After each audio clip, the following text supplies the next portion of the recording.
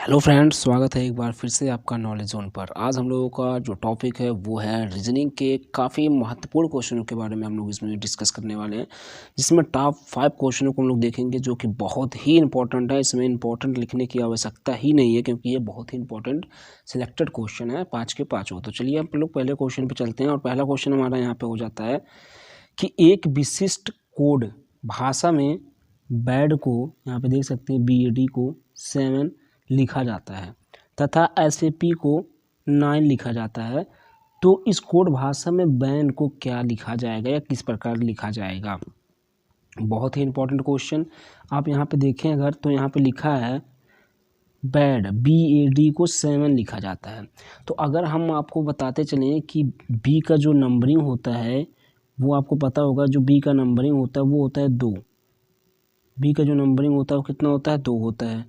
क्योंकि अगर आप अल्फ़ाबेट में गिनेंगे तो A के बाद B आता है और A के बाद B जब आता है तो उसका नंबरिंग कितना हुआ, 2, क्योंकि A का नंबरिंग 1 हो गया, B का नंबरिंग 2, C का नंबरिंग 3, D का नंबरिंग 4। इसको आप लोग याद कर लीजिएगा, ठीक है, क्योंकि हम लोग अल्फ़ाबेट में गिन सकते हैं। तो B का नंबरिंग 2 हो गया, A का नंबरिंग कितना, 1, D का नंबरिंग कितना, 4, ठीक, B का नंबरिंग 2 हो गया, ठीक है, A का 1 और D का 4, क्योंकि D चौथे स्थान पे आएगा ना, ABCD, तो 4 पे।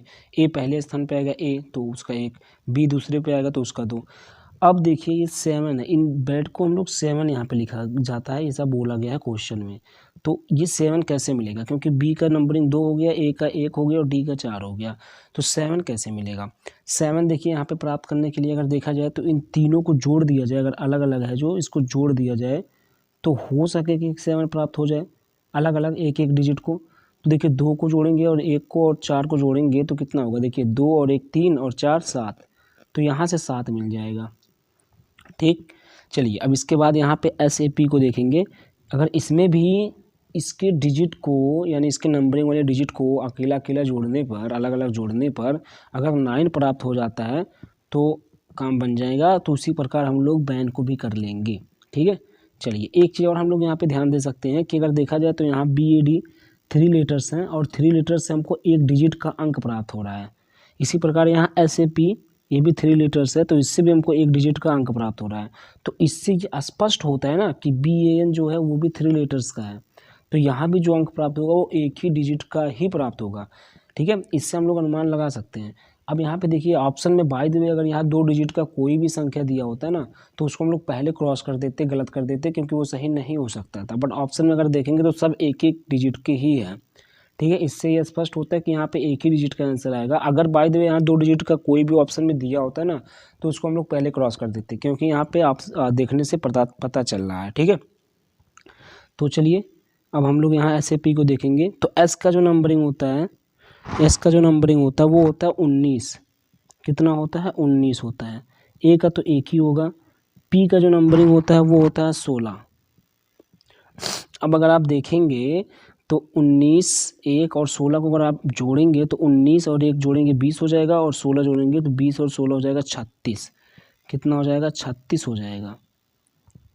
बट यहाँ पे हमको 9 यहाँ पे दिखाई देगा। यहीं पे स्टूडेंट गलती करते हैं, जब जोड़ते हैं ना तो 36 जब मिलता है तो वहीं पे गलती कर देते हैं। लेकिन हमने बताया क्या अभी कि यहाँ पे 3 लेटर्स हैं उससे एक डिजिट मिल रहा है, यहाँ भी 3 लेटर्स हैं उससे एक डिजिट मिल रहा है, तो इसका मतलब हमको यहाँ एक एक डिजिट को जोड़ेंगे तभी एक डिजिट आएगा यहाँ पे। देखिए तो यहाँ पे 3 और हम 6 को जोड़ेंगे फिर से, जैसे यहाँ पे हमने जोड़ा है ना 19 1 16, 19 1 16 को जोड़ा है, उसी प्रकार यहाँ अलग अलग एक एक डिजिट को जोड़ेंगे, 3 को और 6 को।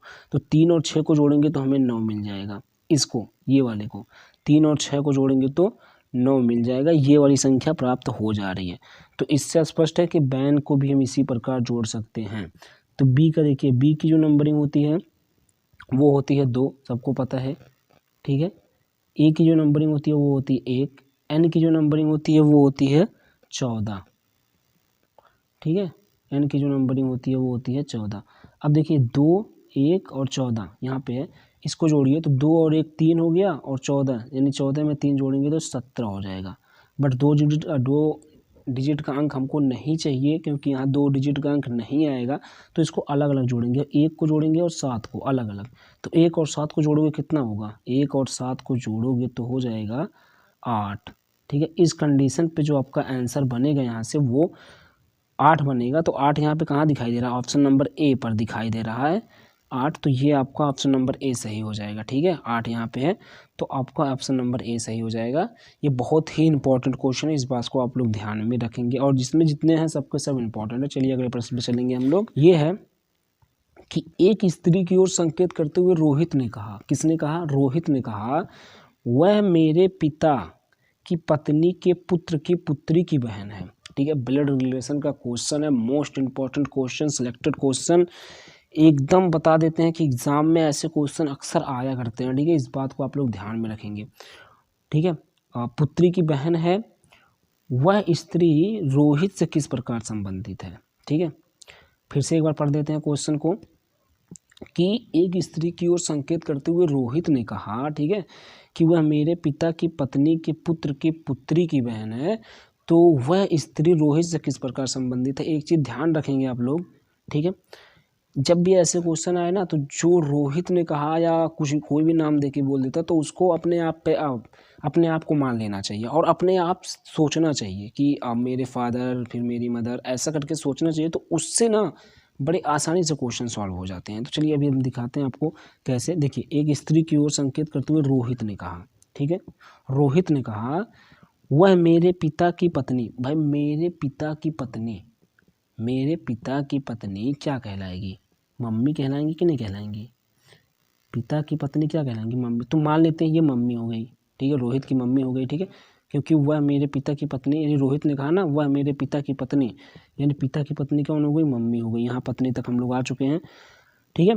के पुत्र, देखिए वह मेरे पिता के पत्नी के पुत्र, यानी मम्मी का पुत्र, ठीक है।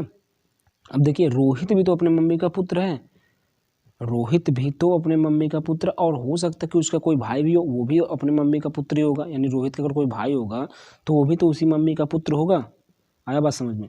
तो इस कंडीशन पे यहाँ दो पॉसिबिलिटी बनती है, दो प्रकार की यहाँ पे संभावनाएं बनती हैं।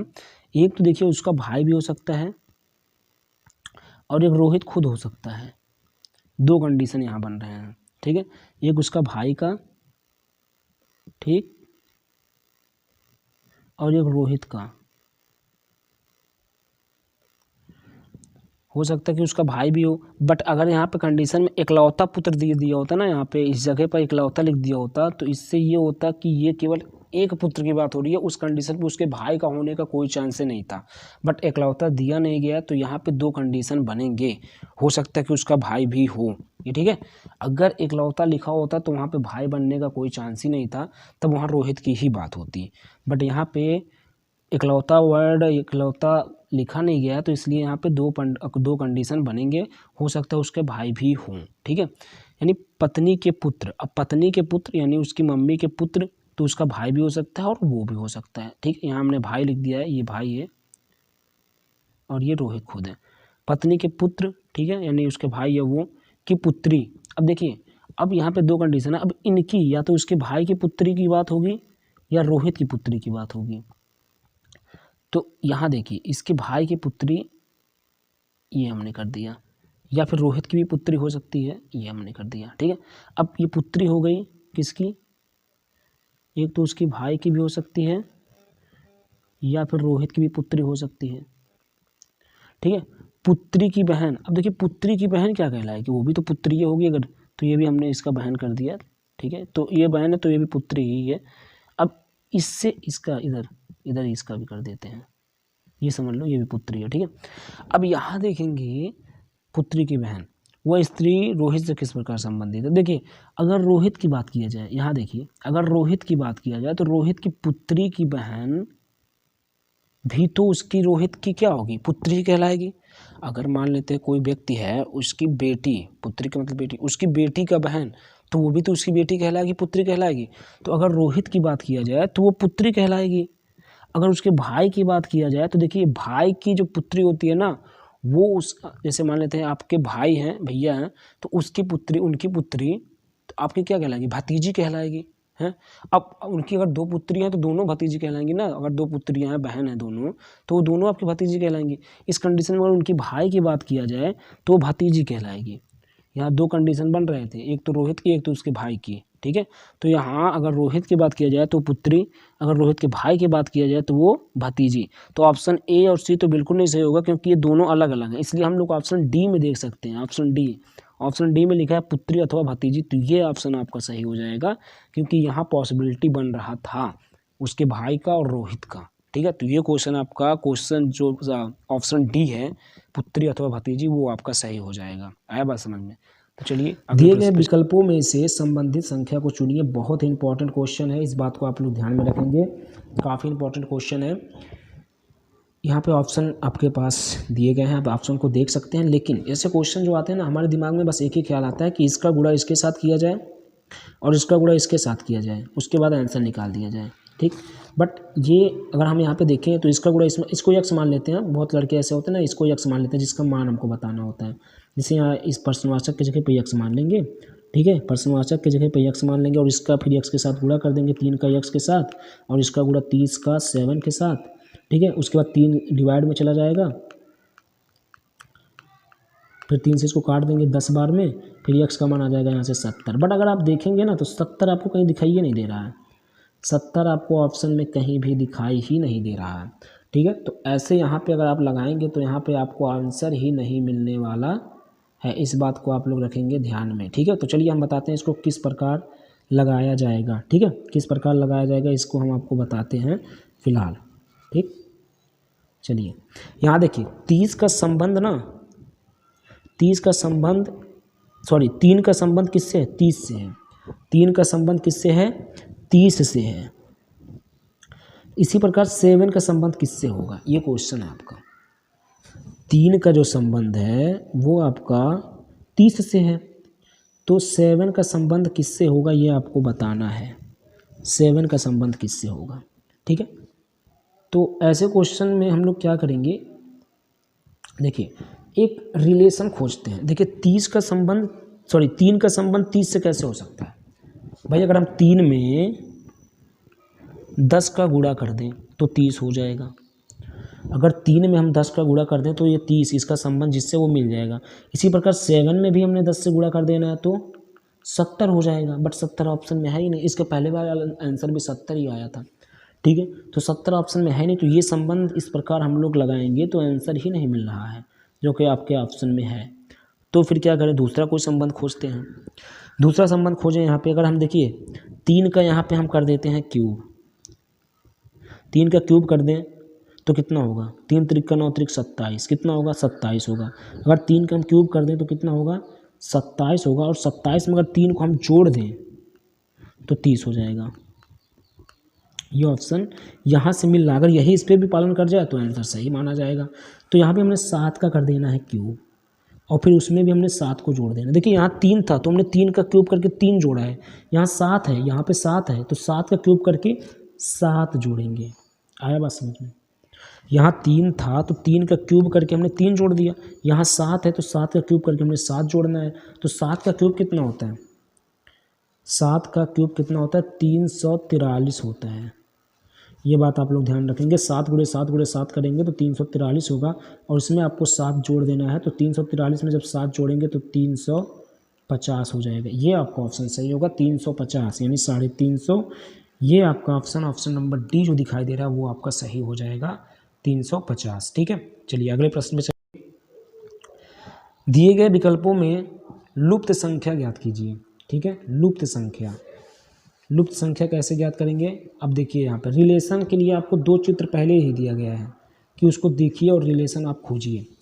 तो अगर यहाँ देखेंगे तो यहाँ लुप्त संख्या क्या है? बीच वाली लुप्त संख्या है ना। यहाँ देखिए, यहाँ पे लुप्त संख्या जो है बीच वाली, यानी हमको चारों के साथ कुछ करना होगा जिससे बीच वाली संख्या मिल जाए। इसके साथ भी वही हाल होगा और इसके साथ भी, इन चारों के साथ ऐसा रिलेशन खोजेंगे ना जिससे बीच वाली संख्या प्राप्त हो जाए। तो चलिए उसको हम लोग खोजते हैं पहले। यहाँ देखिए, यहाँ 0 है, यहाँ 6 है, यहाँ 2 है, यहाँ 4 है, यहाँ 4, यहाँ 2, यहाँ 6 और यहाँ 0। अगर हम चारों को जोड़ें तो कितना होगा? 6 2 8, देखिए 6 2 8 और 8 4 12 और 12 में 0 जोड़ेंगे तो 12 ही होगा। इसका 12 मिल रहा है। इसको जोड़िए चारों को तो 2 और 10 कितना हुआ? 12, 8 20 और 6 26। इसको जोड़िए चारों को, 4 और 14 कितना 18, ठीक, 18 और 12 30 और 10 40।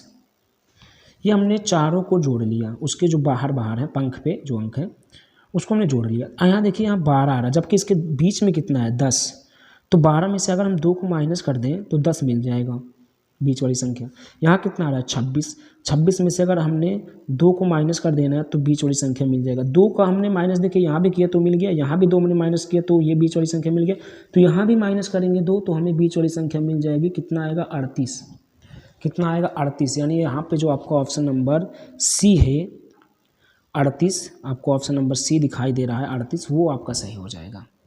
आया बात समझ में, 38 आपका सही हो जाएगा। रिलेशन हम लोग खोज चुके हैं। तो अगला प्रश्न है ये कि नीचे दी गई प्रश्न का सही बेन आरेख बताइए।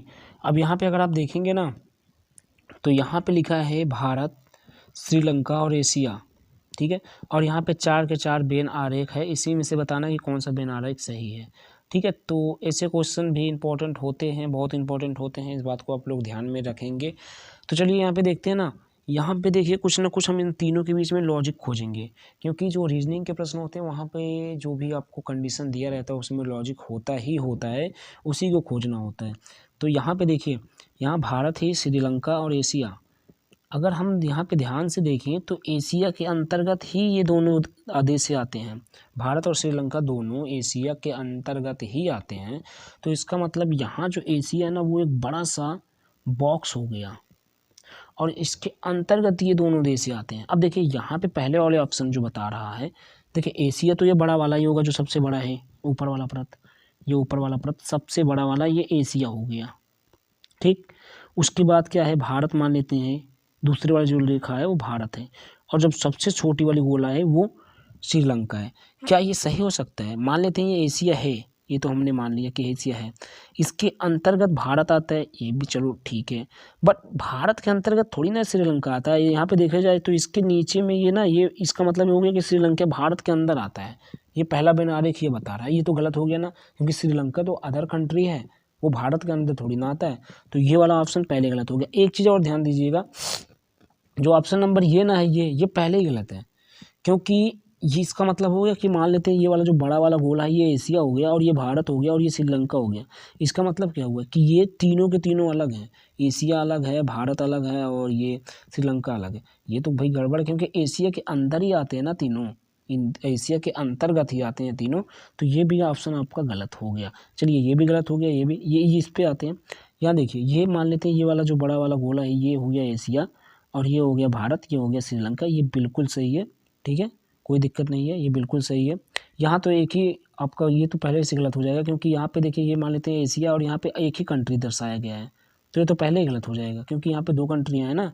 तो ये तो पहले, ये भी गलत हो गया, ये भी गलत हो गया, ये भी गलत हो गया, ये आपका सही होगा, क्योंकि यहाँ ये जो आपको दिखाई दे रहा है, अभी हम फिर से आपको दिखाएँ तो, ठीक है, ये जो लाइन दिखाई दे रहा है ये मान लेते हैं ये एशिया हो गया जो घूमा हुआ है बड़ा वाला, और ये मान लेते हैं ये भारत हो गया और ये हो गया श्रीलंका। ये अलग अलग देश भी हैं और एशिया के अंदर आ भी रहे हैं, तो ये वाला ऑप्शन आपका सही हो जाएगा, ठीक है। तो ये थे आज के 5 सबसे सिलेक्टेड क्वेश्चन जो कि बहुत ही इंपॉर्टेंट है। इस बात को आप लोग ध्यान रखेंगे। अगर वीडियो पसंद आया तो वीडियो को लाइक करेंगे, शेयर करेंगे और सब्सक्राइब चैनल को कर लीजिएगा अगर सब्सक्राइब नहीं किए हैं तो। आज के लिए बस इतना ही, धन्यवाद, थैंक यू वेरी मच।